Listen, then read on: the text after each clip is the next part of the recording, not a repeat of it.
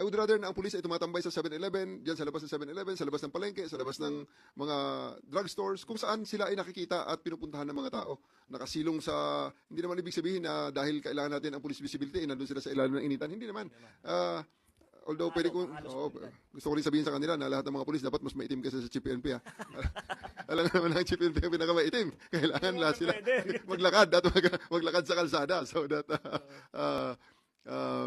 parang nakikita sila. I would rather na ang pulis ay tumatambay sa 7-Eleven, dyan sa labas ng 7-Eleven, sa labas ng palengke, sa labas ng mga drugstores, kung saan sila ay nakikita at pinupuntahan ng mga tao. Nakasilong sa, hindi naman ibig sabihin na dahil kailangan natin ang police visibility, nandun sila sa ilalim ng initan. Hindi naman.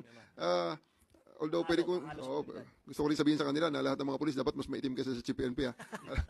Alam nga naman ang Chief PNP ang pinakamaitim. Kailangan lahat sila maglakad at maglakad sa kalsada so that parang nakikita sila. I would rather na ang pulis ay tumatambay sa 7-Eleven, dyan sa labas ng 7-Eleven, sa labas ng palengke, sa labas ng mga drugstores, kung saan sila ay nakikita at pinupuntahan ng mga tao. Nakasilong sa, hindi naman ibig sabihin na dahil kailangan natin ang police visibility, nandun sila sa ilalim ng initan. Hindi naman. Although pwede kong, gusto ko rin sabihin sa kanila na lahat ng mga pulis dapat mas maitim kasi sa Chief PNP.